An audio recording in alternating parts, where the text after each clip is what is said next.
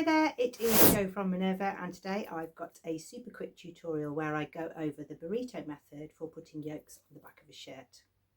Today I am wearing the Kali shirt from the shirt dress pattern, so there's a couple of different options on there. This is the pop over placket with the press studs, and I've just put the partial collar on. I like it open just because that feels comfortable. I don't want it done up right to the top. It's got a double yoke on the back, and I want to show you how to add that yoke to the back so that you don't have any seams on the inside. The Kali shirt dress has a short cropped pop over shirt. You can also have a pop over placket that turns it into a dress, and you can also have a full button band down the front. You can also have a concealed button band which adds an extra flap. It's a really superb pattern, and you can make it in lots of different fabrics and you can get really different looks from it. The fabric that I've chosen is a satin backed crepe. This colourway is called Mulberry Muse, and it's got a really dark navy as its back colour, this really dark aubergine purple, and then teal and mustard and splashes of orange. Okay, you can see I'm wearing it, so I took some frames while I was making it, and it's a really good method, a burrito method, if you can master it. It is a little bit complicated, and you'll definitely need to know the right side and the wrong side of your fabric, which is why I'm making this video today, because it's really obvious with this, because the right side is white and this side is highly patterned. It's got the placket as well, so it's really obvious which is the front. You can take this method and put it into anything else.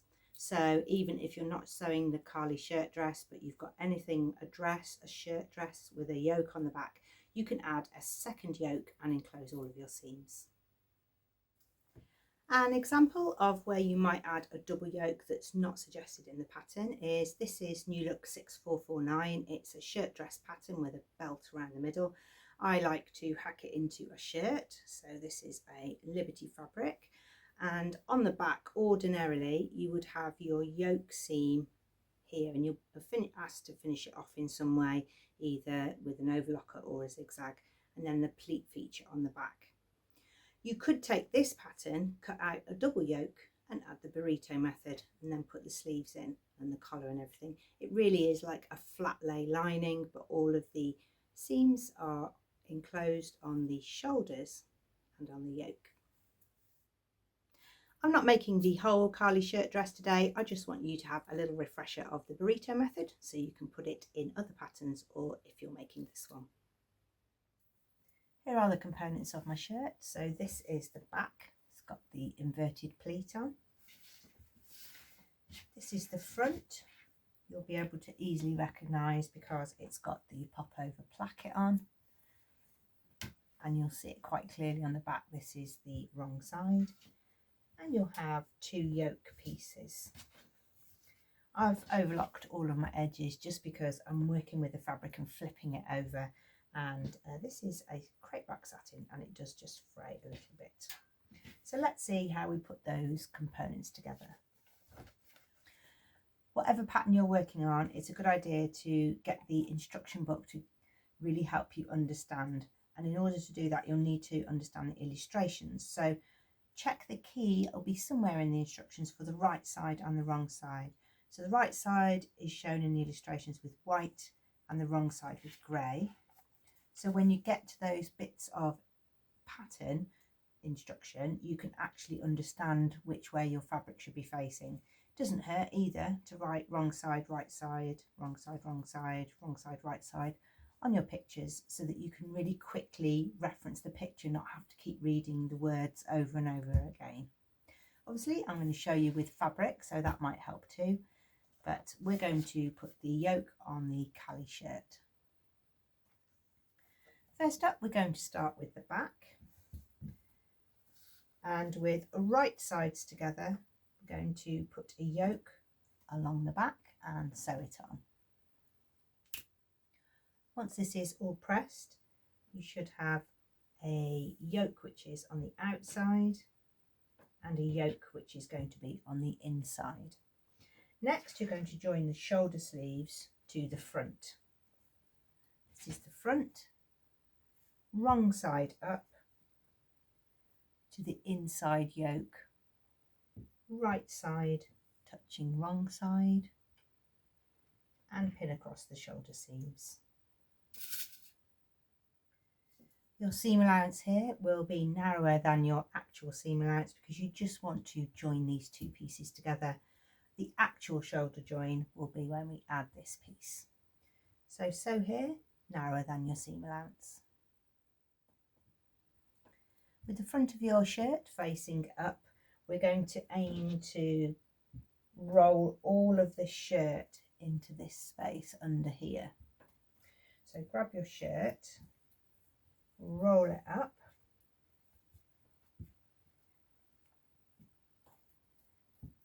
so that it's completely rolled inside the yoke.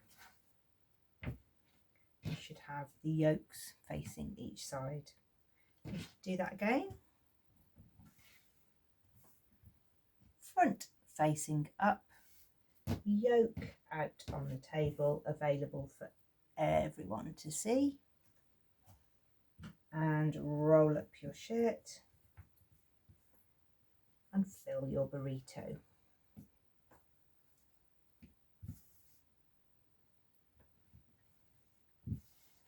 You can now join up the shoulder seams.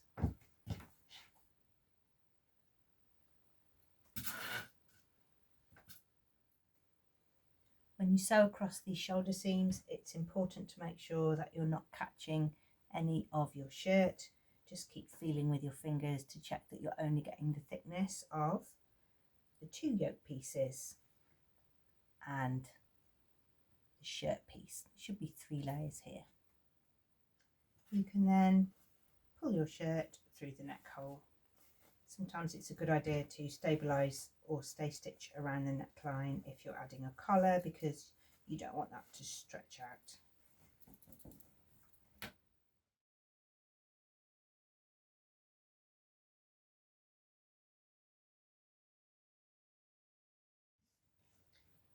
Now you will have a shirt front. See my yoke's a bit bouncy there, I need to press that out. A back yoke,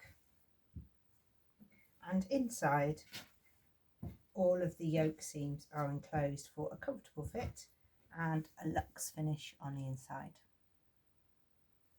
That's how you do burrito method.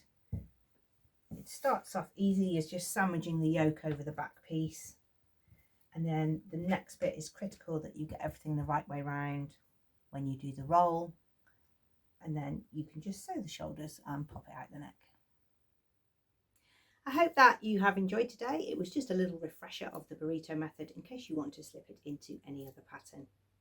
We've got lots of other videos over on our Minerva YouTube playlists. So there's one on learn to sew, there's sew alongs, there are pattern drafting videos, there are pattern releases, new fabrics, and all of that content is there for you to enjoy. You can click and subscribe on YouTube, or you can follow all of our content over on our website. You can make a free account there too and upload and share your makes and inspire the sewing community. Thank you very much for watching. See you again soon.